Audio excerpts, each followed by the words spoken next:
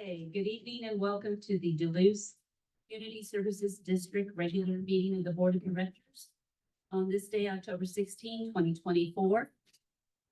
This meeting is now called to order. We will do roll call. Bowman. Here. Carol is absent. D'Alessandro. Here. Rawson. Here. Roberts here. Everybody please join me for the Pledge of Allegiance. I Pledge allegiance to the flag of the United States of America and to the republic for which it stands, one nation, under God, indivisible, with liberty and justice for all. Thank you, everyone. Get my eyes in focus here. Okay, agenda item B, the sheriff's report. Welcome, Deputy Sean. How are you? I am good. Hear that. Got some good news for us today? Sure. Okay. So interesting. All right. I chopped down a whole bunch because most of everything was either noise complaints or short-term rental problems. There is an uptick of what not really street takeovers or street racing. A lot of the turnouts have drifting, so they'll spin their cars around. It's mostly at night. I'm thinking super late because I have yet to find them. And I stay out until about midnight. So I think I'll switch and go super early or late, however you want to look at it, and see if I can curtail that. So the suspicious search, the first one we see there, we had a call that there was markings on the ground. They thought it was a gang identifying the house, or I don't know. It turned out just to be Rancho water marking where the lines need to be. The next one is at Glen Meadows, the golf course. There was a large fight that occurred at a quinceañera.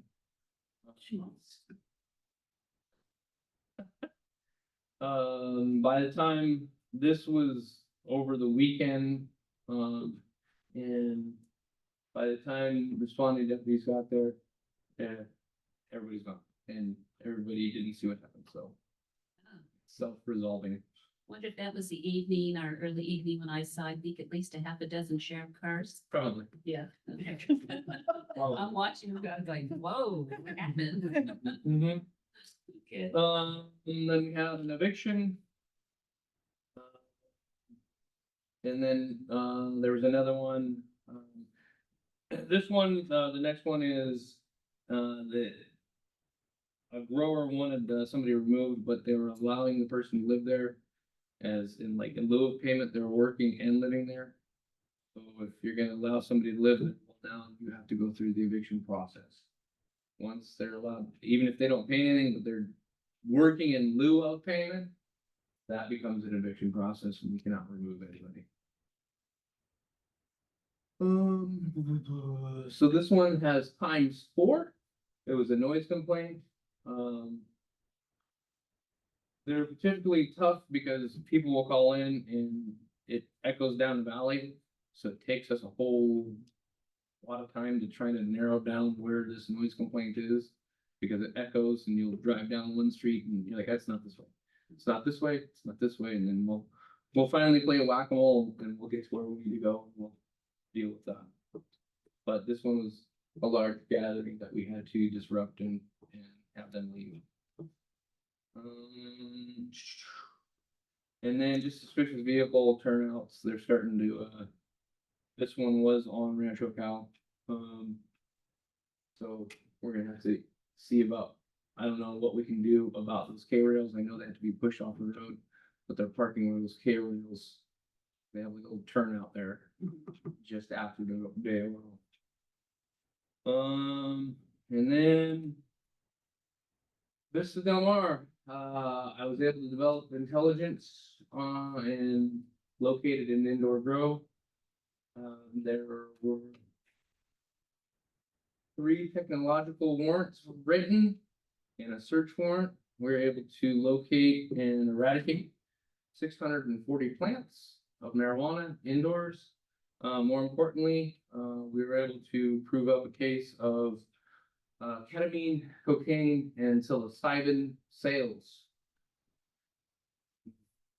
We also incorporated Fish and Game in the water board, as well as Edison. Edison estimated that they had stolen around $70,000 worth of power. More importantly and scarier is they diverted the power, and that could have sparked a huge fire. Because they didn't de-energize the main. I don't know how they hooked up the main under power. And then Fish and Game is looking at felony charges for dispersal of hazardous material into a watershed. Finally, the evacuation signs.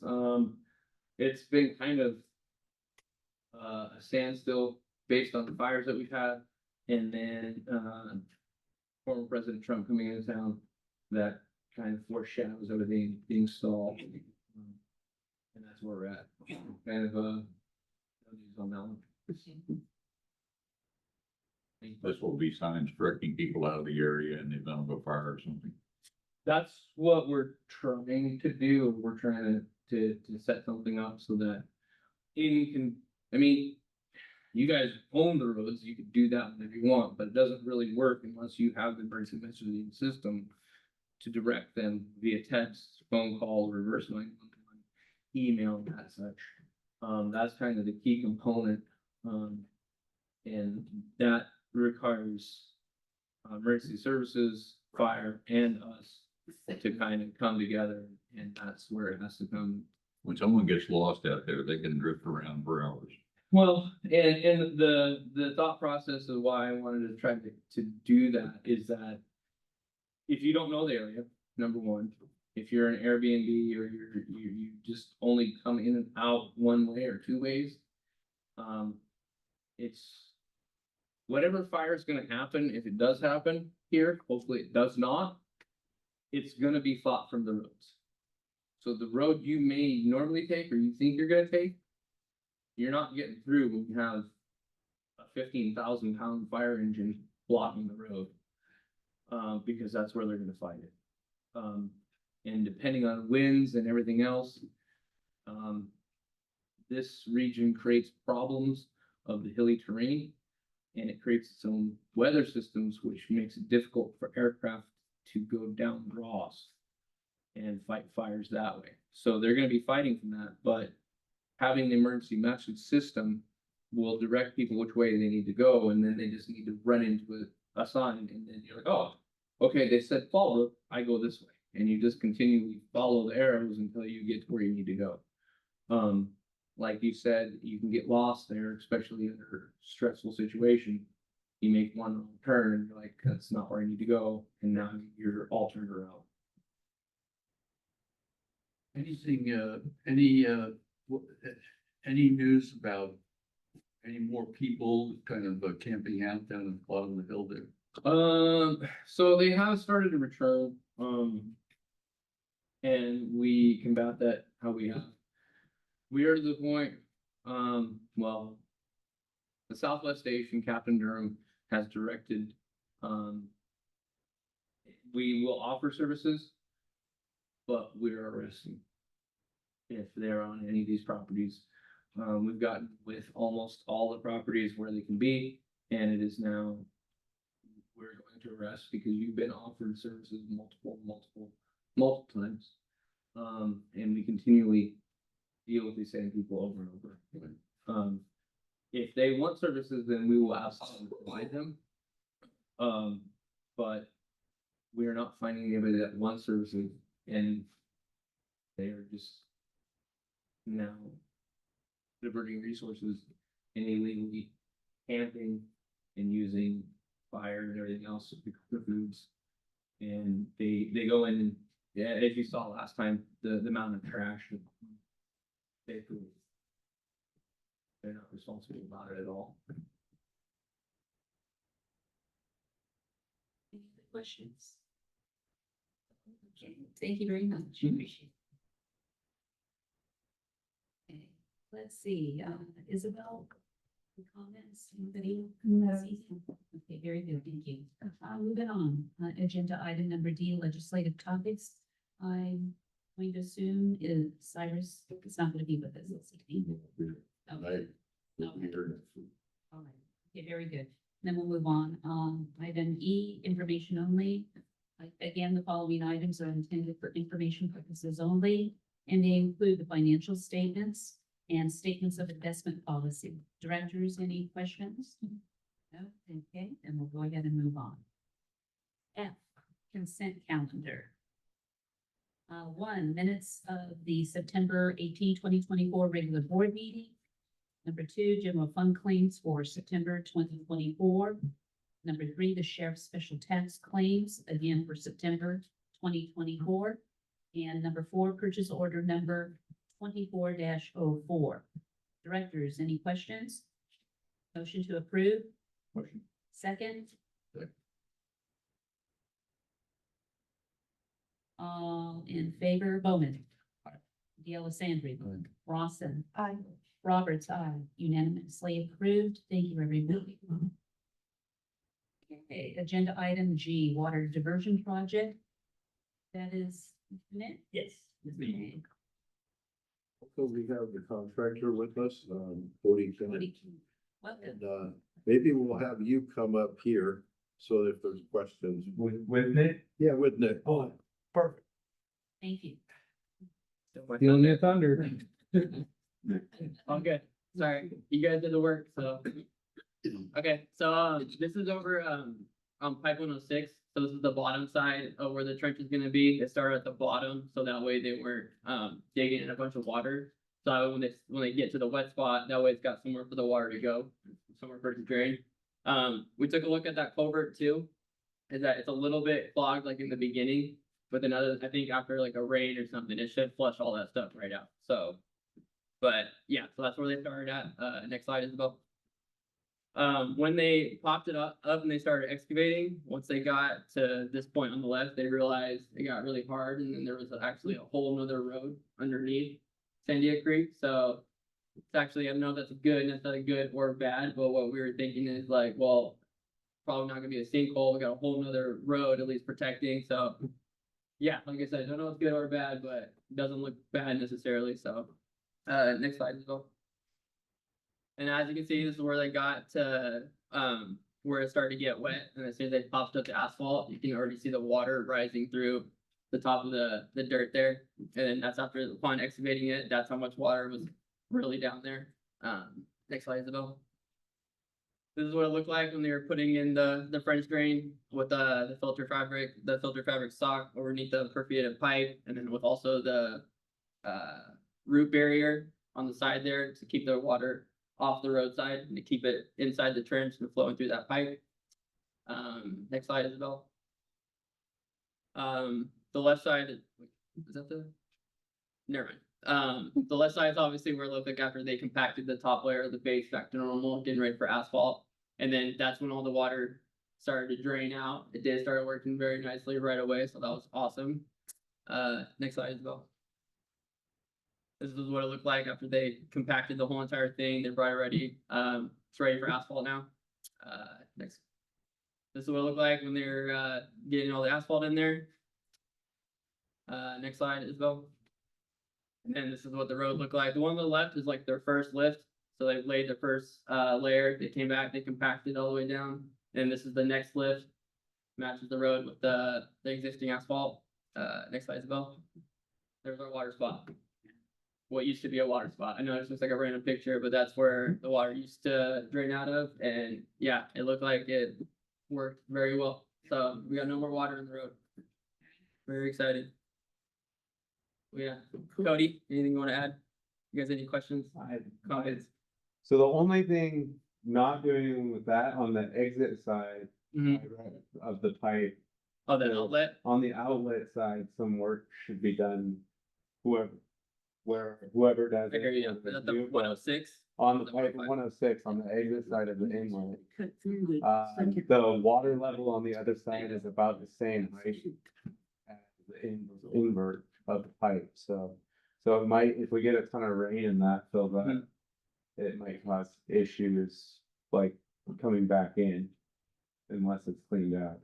But otherwise, everything went well and Nick did a very good job. But why not? You guys did it. There's no place for the water to go on the other side after it goes through the Yeah. culvert, is that right? There is a little bit, but It just needs to be touched up. I know, yeah, it just needs to be If- touched up a if- little bit, if yeah. the river, if the creek was running on this side full, then it was not, it won't, has nowhere to go. It has nowhere to go, yeah. So it would just be still water that would just be sitting from the pipe all the way across to where we did all that work into, so, but they did If all. that were a significant problem, would we have seen water coming across the road already, even though the fact that we're draining water into it now Mhm. wouldn't keep the water from coming up on the other side? Oh, if the outlet side were to fill up with water? Right. Yeah, I guess in theory, yeah, when you said, yeah, it would, but I don't. We're Yeah. running up, not gonna see that. Or yeah, Seen any coming over. exactly, yeah. Right, but yeah, so we'll dress up the outlet. I think me and Dane can do that, so, yeah. I have a question about where the water came up and came to the surface of the road, what damage was done underneath to the road surface? And what might occur as a result of that down the road, so to speak? I did not, so when we were digging, Mhm. I did not see any erosion under the road. It Correct. wasn't where the but where the water was popping up in the road was not where we excavated. Right. But I would, in my opinion, I would think that it would show erosion in the trench we dug. Mhm. Where it was, but I saw nothing undermining the road when we opened up the asphalt on the slope side. So and it was all obvious, all the water was running through from the slope out into the road. So if there was an issue with undermining, I think we would have seen it here. The only thing that could have been is if there, but there is that French drain with the top Mhm. peepholes on Yep. the right. And we didn't see anything. No, yeah. So I don't see any cause for concern. Nothing stood out that would be a concern in my opinion. Okay, but if there's water there, that means there's space. In other words, So the material was the road-based material. So as it compacted down, the water went through the base, but it's all pretty much rock and there's no grainy sand in there. okay, So there's really no room for anywhere for anything to go. Okay. that's what I want. Okay. It would be more concerning if we saw a lot of sediment on the road because of the water. Yes, right, So if we were seeing when the water dried up, there was a lot of sediment at that spot. right, and then we Not concerned, but yeah, we didn't see any. okay. Yeah, what Nick and what Dane said, I agree with. The material that was there was similar to base, so it wasn't holding back water and then cutting through. Right. It was slowly going through underneath the road. Yeah, I don't know what size rock you guys found, but we usually would say a 3/8 inch rock would be about 30% weight. So we'll have 30% water in there. Okay. Any other questions? No. Well then, thank you very much. Question, where did this other road come from? Any idea? Yeah. You had to saw cut through that whole other road. Yeah. That was. They did have to saw cut the road again, yeah, so after we we had a contractor come out and saw cut it with the nice walk behind saw. So they did have to get down there and do it by hand, so we do appreciate you guys having to get there and do that, but yeah, not fun, so. Does anybody remember that they completely overlaid Sandy Creek? That's a long time ago. That's way before, yeah, way before my time. It's possible. Up here. I mean, I'm just from, you remember when Bobby would know, Bobby Peterson, our old neighbor. But I remember her saying something, because she was here in the 70s, that they had done something. And that was a long, Yeah. Yeah, it But has. it seems to pop up in different areas, I've noticed, like, Okay, Yeah. so it may not have been a complete overlay no, it was, section. Well, it's, yeah. They're doing that water spot, the same thing back in the day, and then they just paved over it or something, and then. That- Knows in that water. That one you did on Carancho, wasn't there a wall or something there too? The one Yeah. that you- You guys did that project, that was a Carancho, I French don't- drain. There's interesting things, but I don't remember a wall per se. And there was something. Yeah. Yeah. There that you guys ran I into. know, Yeah. we dug up, 'cause, yeah, we did part of it, they came out and finished it, I remember we were finding old pipe, old French drain, Yeah. finding all kinds of things down there, so, Yeah. yeah, but.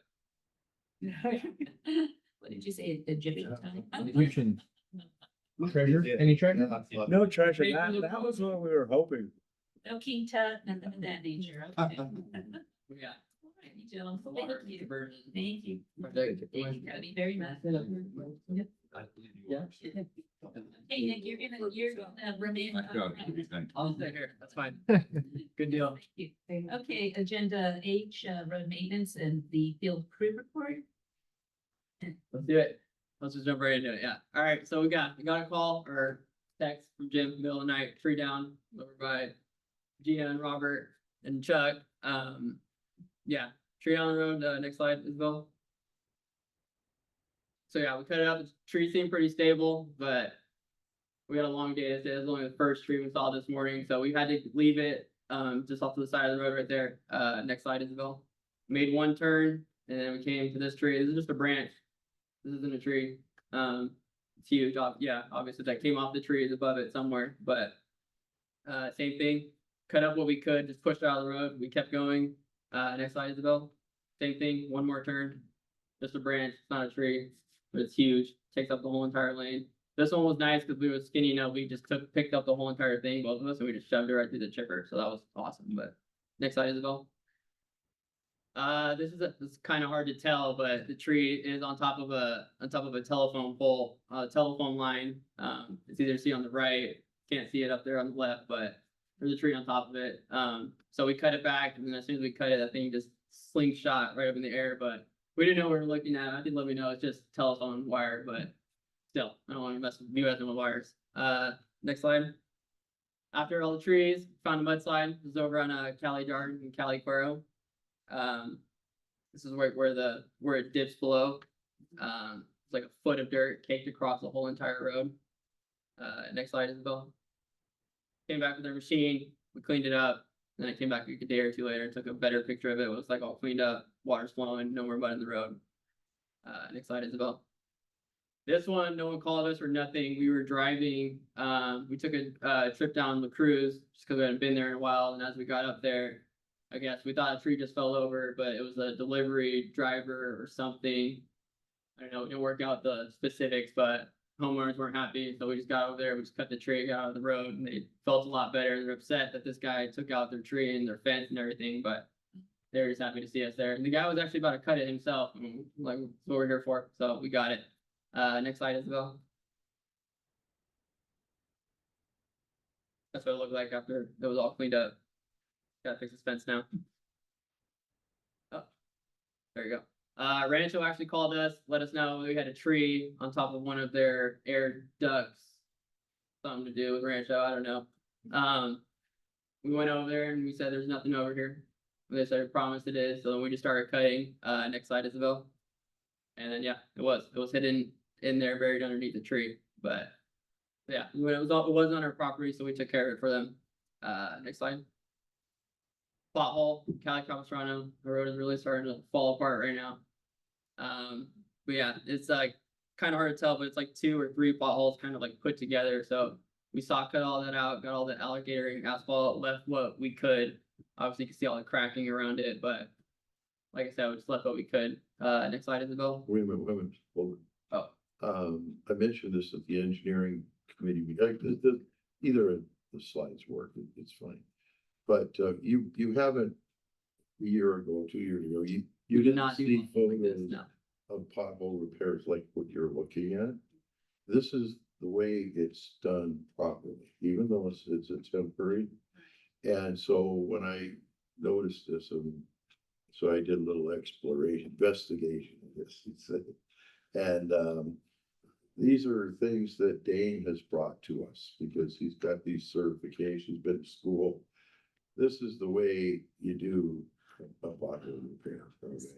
So before we just fill a bottle, tap it down and move on. But anyway, I noticed it in the engineering meeting. And I'm commenting again.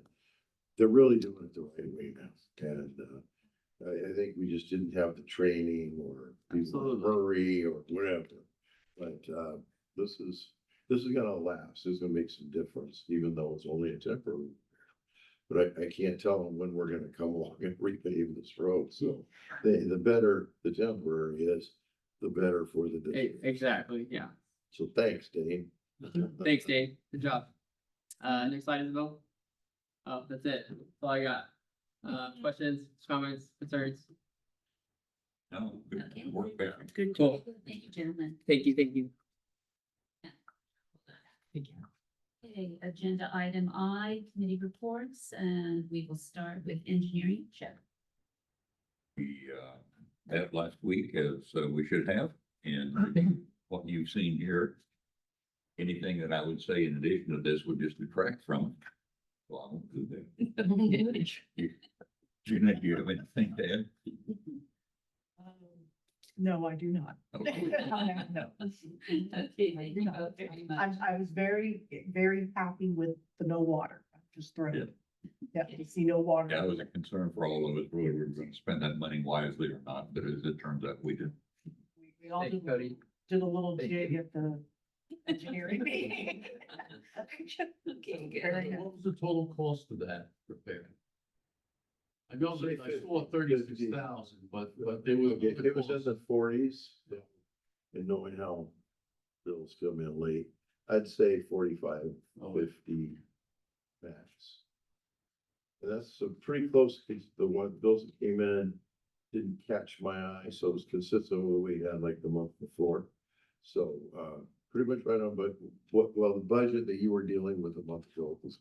And I thought the motion we had was for 36,000. That was probably the contract, That's correct. right? That's all we need to do then, right? Yeah, then you had paving Maybe too. and. So I may be misspeaking myself, but it wasn't out of line with what we Okay. had. It was under 40. Well, it was, okay, so I was. Portion, yeah. Yeah, for my portion. Yeah. Again, you know, 4,000. 5, 4, 5, at the most. So, yeah, okay, so it was about You're in. 40, Yeah. low 40s. Okay, very good. Thank you. Speaking of finance. We met yesterday, thank you, and, regular finance committee meeting. We decided to continue with some of the treasury bills, since the interest rate is, more than we would be getting from relief. So, we're going to be renewing some of them. We have enough cash on hand. We have a few that are coming due, and if we need to, and the interest rates change, we will not renew the T-bills and just put the money in late. They're pretty close. It's 0.5%, maybe 0.6% difference. So, I think it's worth it for us to do that. For about 4.5, in that range now. Yeah, well, it's up to 5.1, the T-bills, but the late is 4.5. Yeah. The other thing that I'm gonna ask, Teresa to discuss with you, we had talked about this at the finance committee meeting 2 weeks ago. It's the very last page of your handout there. It's worth you looking at it, it will help. Saying, this is what we call the roadway, you have to say, roadway rehabilitation. And if you can do that, then you're really good. So anyway, this tells you where our money has been going. Okay, yeah, we'll probably make this a consistent part. I'll try to update it every month so we know what we're at. But this is just a snapshot of where our money is as far as roadway rehab. If you look at the first pink line, the one that ends in 976,000. On there, that is what we have right now, just our whole pot, everything between all the zones. That's what we're down to. Now, we've always maintained an emergency roadway rehabilitation fund. And we haven't touched this in a long, long time. So that's just, for extreme emergencies, but if we have to, it's there to use. So if you were to add that in, go back down to the bottom line, and every single dollar, it's coming to $2.1 million is what we have. And so the thing of note too, is you can see it's broken down by zone, which we have to do at this point. Number one, you can see all the red lettering in zone 1. That is Buena Vista. That's why we're in that position we are in. So just quickly, Buena Vista came to a little bit under $1.6 million to do that project. So anyway, it's just a snapshot to let you know where the money is. Now our next big chunk that will come into that is about 400,000. That comes in January. That we'll get some more to add back to that. So From the property tax. Yes, yes. If you go back a couple of years to where we were just coming out of the major damage on Sandia Creek and Buena Vista, how do the numbers compare to where we were coming out of that? You mean before all of this After happened? we had funded all of that work, I'm sure some of that came out of the reserves. No, it hasn't, but it came out of, are you talking about Buena Vista or And the FEMA? Sandia. a couple of years ago, we had Okay, not completed Sandia Creek yet. well, we've collected about $2.1 million from FEMA that went to pay for all of that. We've always maintained about $1 million in the emergency fund. So that may have changed a little bit here or there, but that's about what We're about at historic level. that's right. We try to keep it about that level. If you go back to right before the FEMA happened, we were at the highest point, we were at $3 million total. So we're down about $1 million from, several years After ago. having done all of that. repair, Right. plus So, yeah. And having done Buena Vista in particular. Yep. That's the issue that, $1.5 million for a road that has, probably less than 400 passengers in the Yeah. year. And that's, A lot of money. that one FEMA didn't reimburse us for. Correct, we tried. Yeah, no. So, and that was because we didn't have the Documentation. documentation, but now we're up to speed, so. Yeah. So I'm just curious, and is there a zone besides this happening on Buena Vista? Are all the zones about the same in cost, or is there some zones that are really worse than the others that have been more costly, or that we need to pay attention to, or? Okay. All about the same. They've all-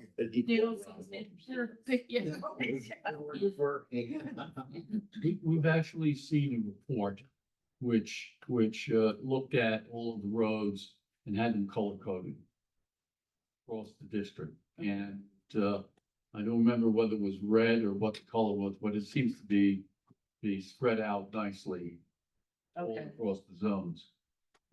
So I don't think there's I don't recall all the specifics of that, but I think that's probably the case. Of course, there's, you have your main road like Sandia Creek, and there's a lot of damage on that road. And there's a lot of areas that I think would be classified as red, if that was the color. But I think it's fairly spread out as I recollect. And if we have, like, for instance, there's something on our road that I'm concerned about that looks like it could undermine, we need to let Nick and, okay, no, We're just the office and then. yeah, and this, yeah, okay. So that it doesn't that Buena Vista situation doesn't happen. We really, I don't think cause I used to ask Raj kind of a similar question. So where's our problems kind of Yeah, I thing, remember. immediate problems? The pipes that, Cody here took care of us the last 3 months, 4 months. Those were the ones that, in Raj's opinion, perhaps, Matt, Ron, I'm not sure. But those were the most likely candidates for a major problem. So that's where we began. The engineering committee really, had a brilliant idea. Go to the big ones first, because that's where you're gonna get the most damage. A 24-inch pipe probably is gonna take out the road, and if it does, we can fix it pretty quickly, okay? But a Buena Vista, those are, 5-foot diameter, whatever. When those go, you got a real problem. So we start focusing from there, all right? And then the engineering folks evaluated all of those size pipes.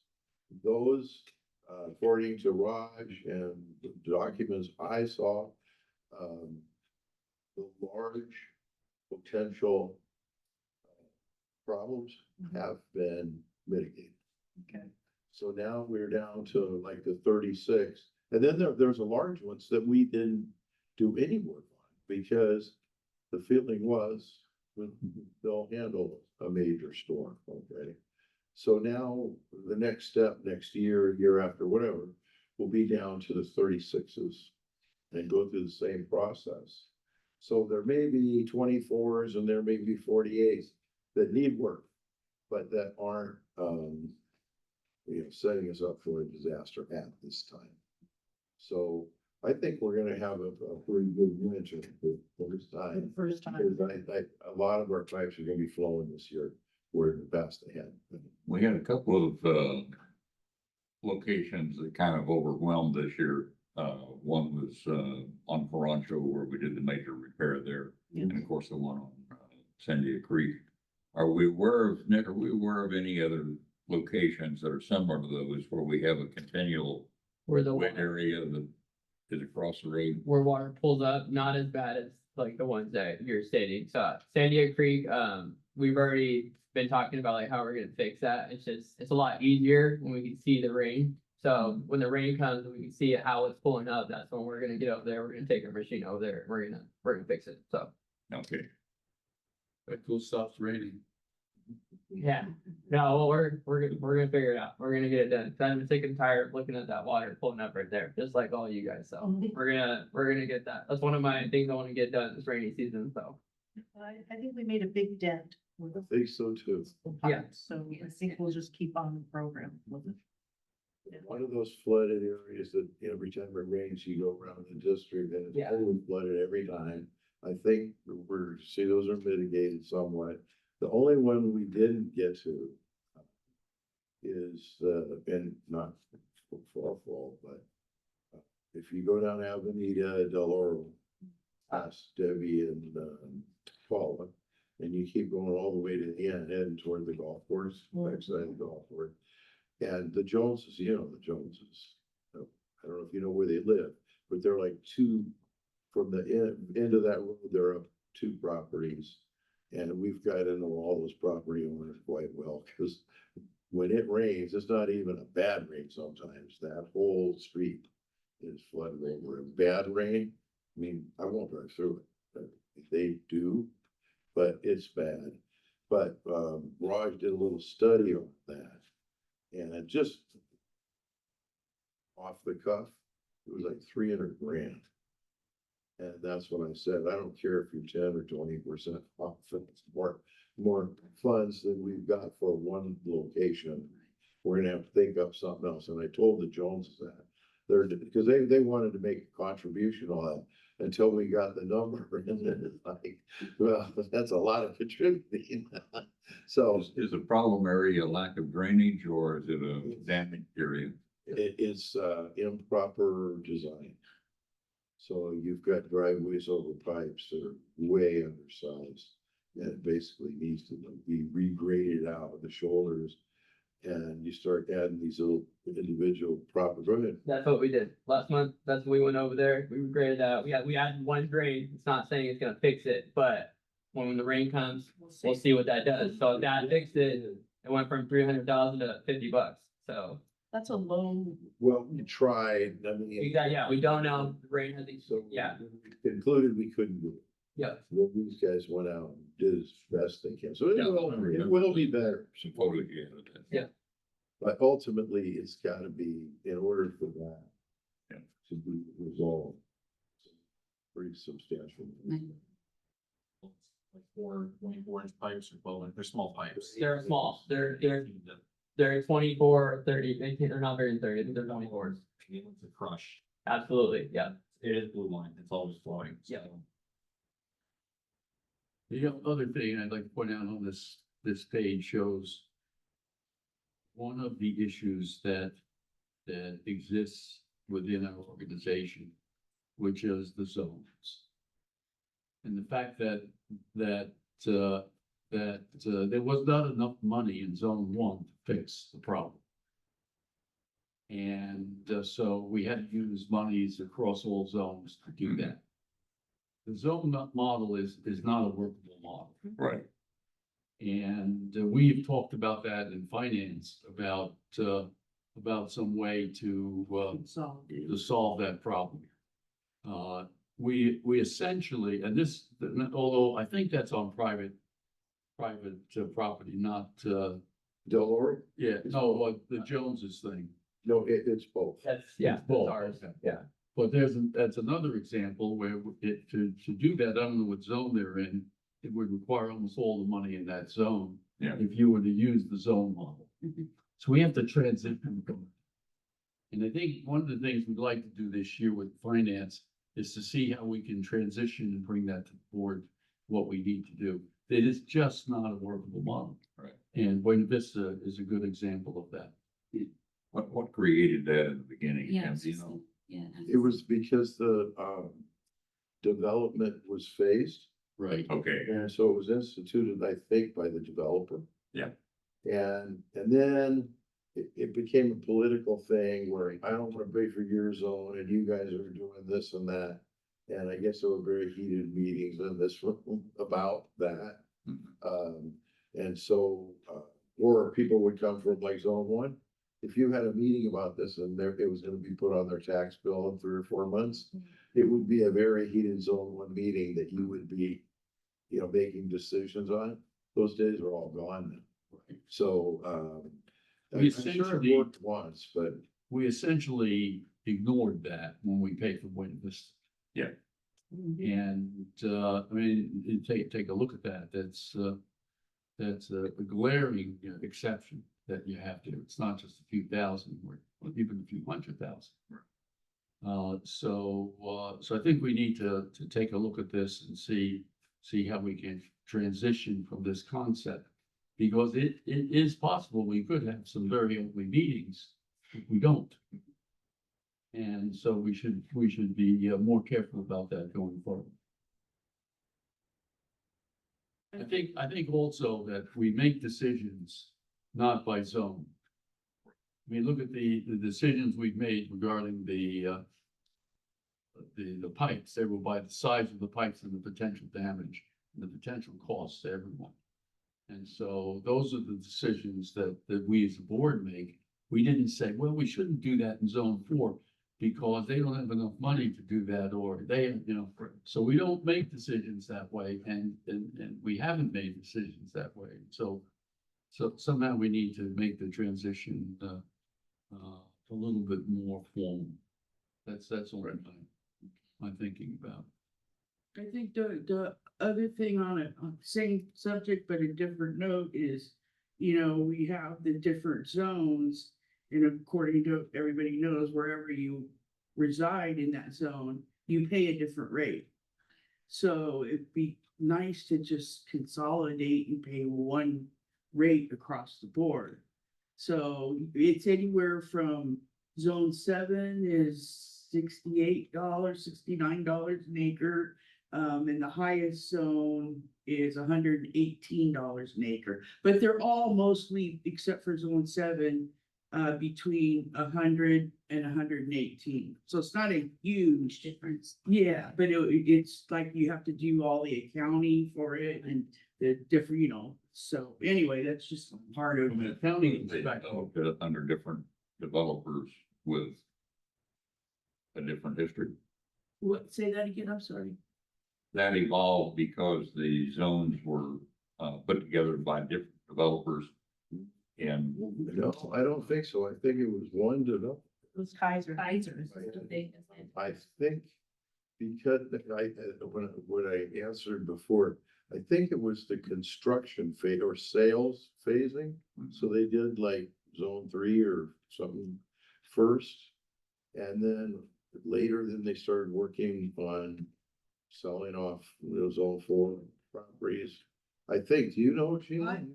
The only thing I remember from history is when they were doing the roads, whatever zone had it went by the amount of roads in that zone. right, that's the way it was. Yeah, they It's, paid more or less, you That's have right. more roads, so need That's right. more or less money.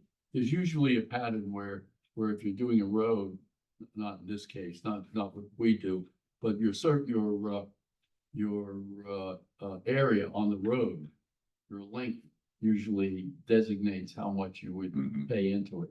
And so it was really the amount of roads that these areas had that I think changed the rate somewhat. I don't know what the formula was, but I think that's what it was. And I think it depended whose roads were newer, whose roads were older as they did it, because at first Kaiser had some of these roads were really grove roads, and then they opened them up and paved them. Because they put the avocado grove throughout that whole field at one point, years and years ago, is my understanding. And because I know people that planted it, so they said, Yeah. yeah, so that's what they did. And then, who maybe starts taking it down, I don't want this much, who puts their property in an ag preserve, who does this, who does, there's all these little ins and outs. Cause there are a lot of ag preserves up there too, that get a lower tax rate. Right, right. So, And so if you look at a good thing to look at is the emergency rehabilitation funds. The green line just before the final line, and you look at the amounts there, that's a reflection of the roads in the area. The more roads, the more, well, the base of the dollars that are greater. So you can see that that's how it's organized. We have to address it, and I think we will, coming, because we don't really use this information to make decisions. right, And so we should really make that all consistent. So you'll be seeing this on the future, we won't be going over it necessarily unless there's some major changes. But you can take a look at it, you'll be getting our minutes. And, so you'll have a chance to take a look at it. Was there anything else? Oh, the only other thing is that, the audit will be presented to the finance committee in November and to the board in December. This is probably the earliest it's been done, in my recollection, which is 6 years or something like that. And so we may be a full 6 months early, yeah. although it's on time as far as I understand. I have Good work. one quick question. Besides Buena Vista, have there ever been in the last maybe 10 years, another charge of that nature for using cost of roads that much or for repairing? Besides, $1.6 million, has there ever been another, that would, to me, would be like an emergency money you'd have to use? Large one, like, Yeah, is there, since I haven't been on this one. In the 80s and 90s. Okay. Nothing since I've been on the board, Okay. 6 or 7 years like that. Okay, But the two was that storm, the Sandia Creek one, which was over by El Prado. yeah, yeah, And the Villa Vaquero. Those two were substantial. The thing there was we got reimbursed for those. yeah. Yeah. So, well, that Sandia Creek near El Prado had been damaged several years before. But we didn't get any FEMA money for it, and we didn't put any significant expenditures into fixing. Well, I'm just wondering if there's, now we do preventative maintenance, emergency, so we have everything and, look at it a little differently. That's my report. Thank you very much. That's good, very good. Some things to think about. Yeah. Seriously, okay, very good. Okay, the legislative committee report, we just recently met, and at this point in time, I don't have any other further updates on that subject matter. So moving along, Did you want to make any comment about a meeting next week? I think we're gonna do that with Jim. Okay, very Yeah, good. with Jim. So, agenda J, this is the general manager's report, Jim. Okay, I just want to remind everybody, October 22nd, 6 nights from now, in Close Bar on Sandia Creek will be the community meeting with Senator Ciarto regarding the bill that he obtained approval in Sacramento for, which exempts us from the organic recycling laws as a rural community, which was in the original law. And so he'll talk about that.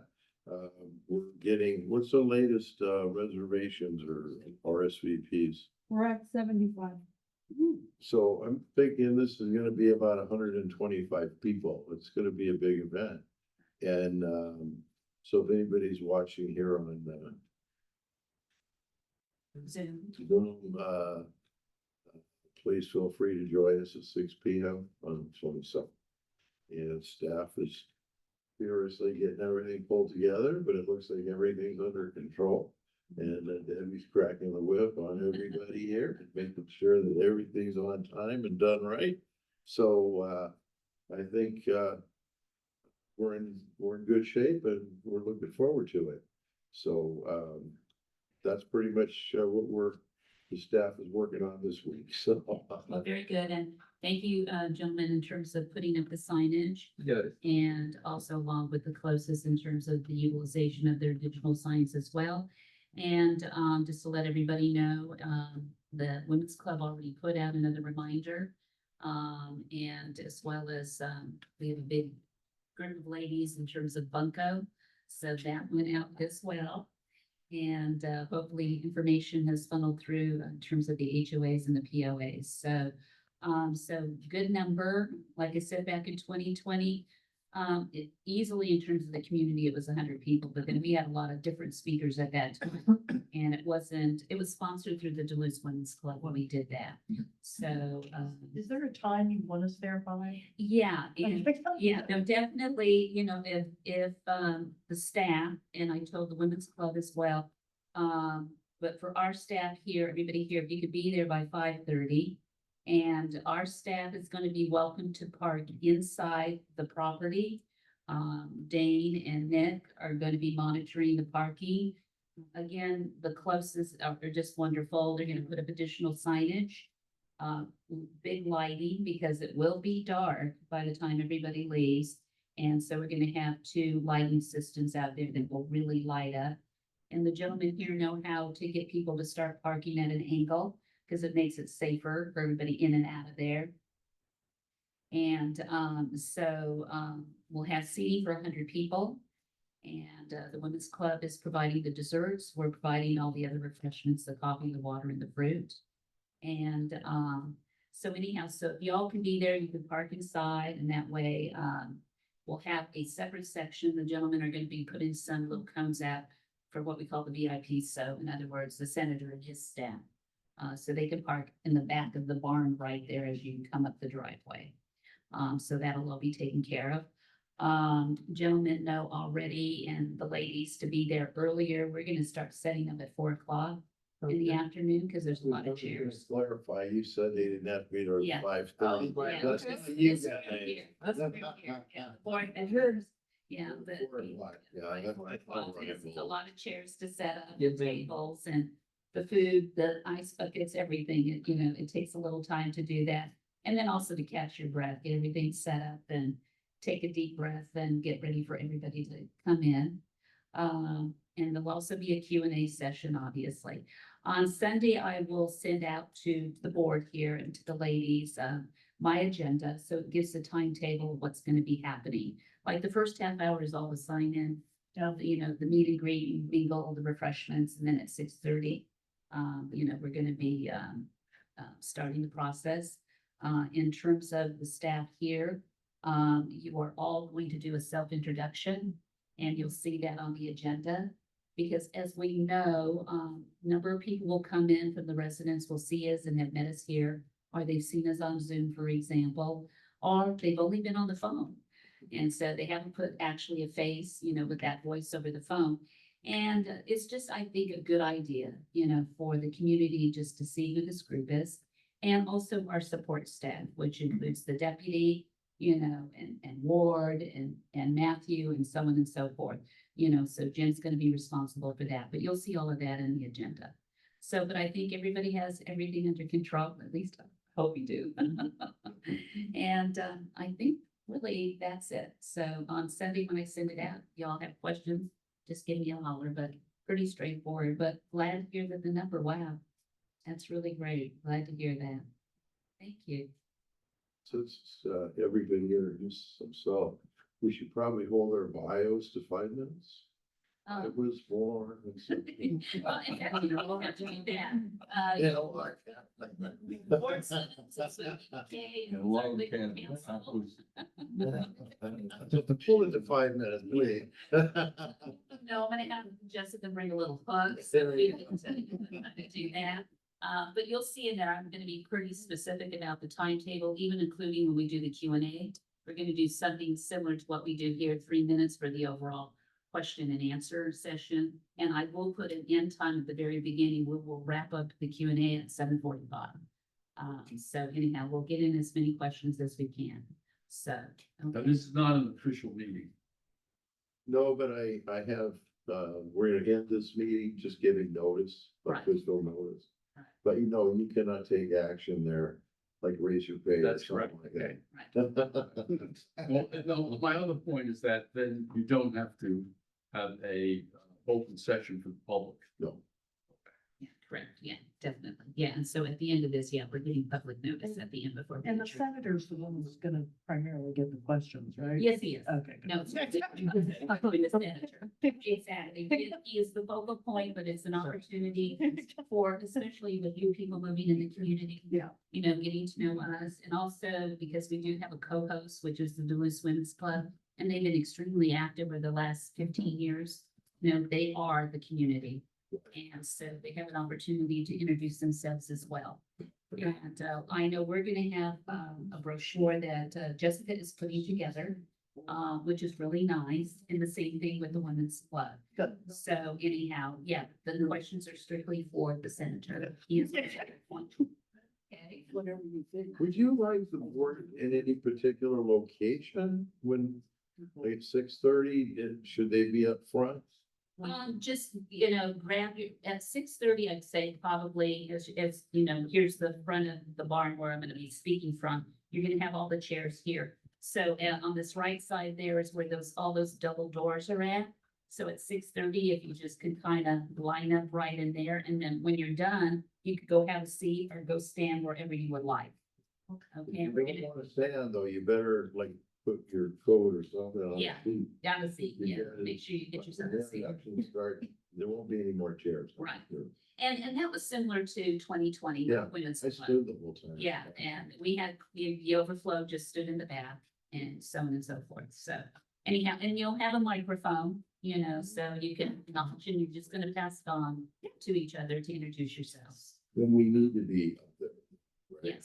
Yes, So everybody kind of plan to right. move. Right, and then as the gals are up front, getting ready to introduce the women's club, other members are gonna take care of the table, because you'll always have lay people coming in. Sure, yeah. So they'll get them signed up, do the questions and kind of guide them in. Sure. And then the gals will go back and finish helping that thing, Say, okay?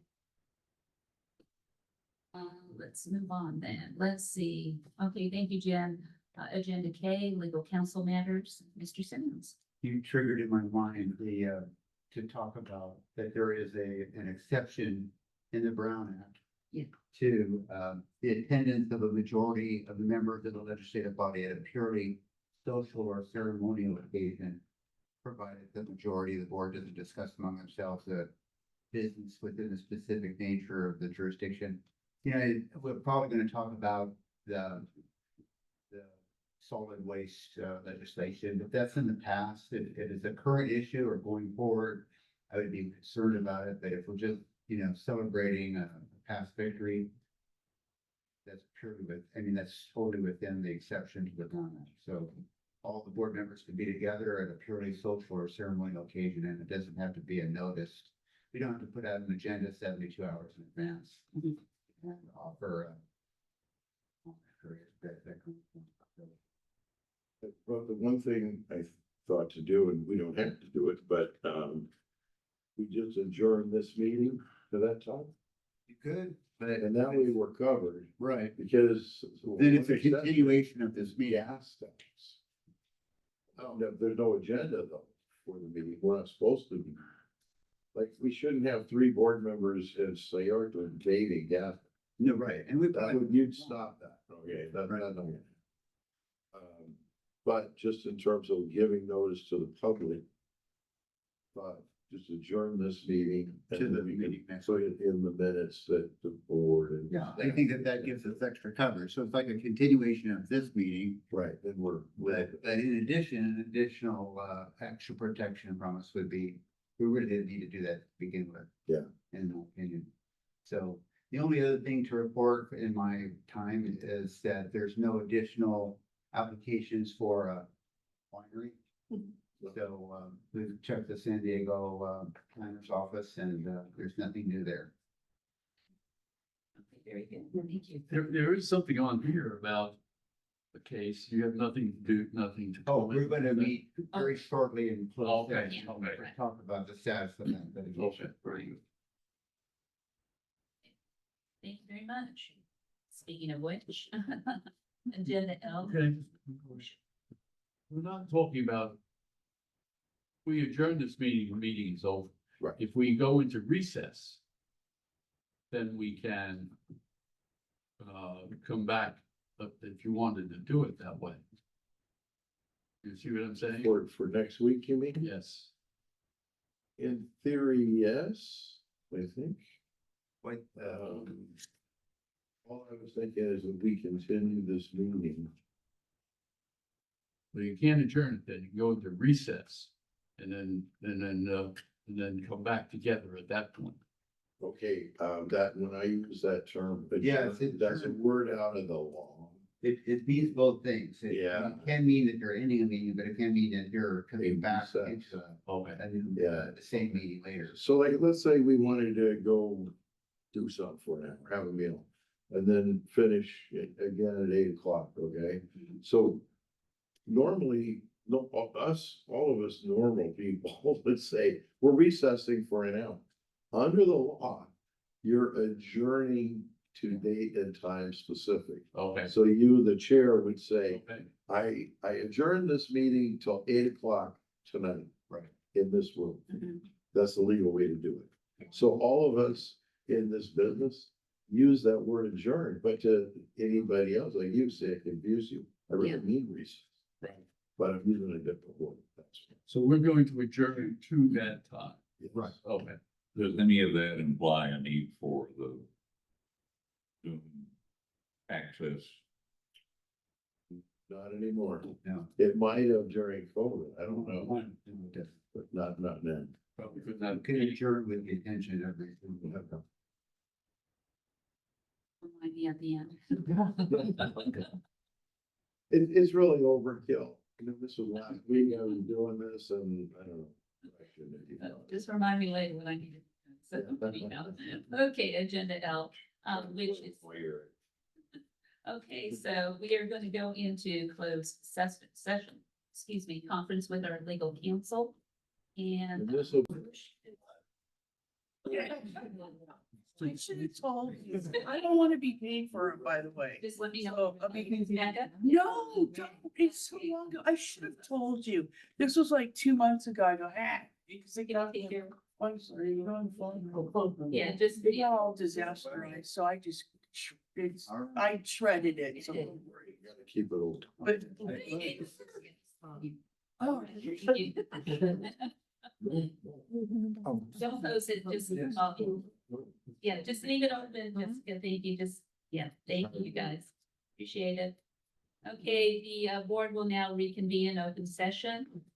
And let's see, I want to provide an official notice here in terms of our upcoming community event, which is being co-sponsored by the Duluth Community Services District along with the Duluth Women's Club. And this is co-hosting the Senator Ciarto on Tuesday of next week, October the 22nd, 2024. Kickoff time will be 6 p.m. It is going to be held at the family barn of Chris and Todd Close.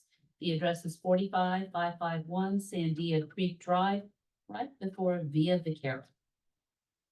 Okay, any other questions, comments, or anything of that nature? No. No? Okay, you know, pardon me? Nothing to report if it's not there. Yes, that's right. Well, thank you very much, Ward. Okay, being no other board business, I thank everybody in this meeting is Adjourning to the will location adjourn to the event taking place on the that you 22nd. just stated. Okay, as just stated. Thank you very much. Okay. Thank Thank you, Jessica.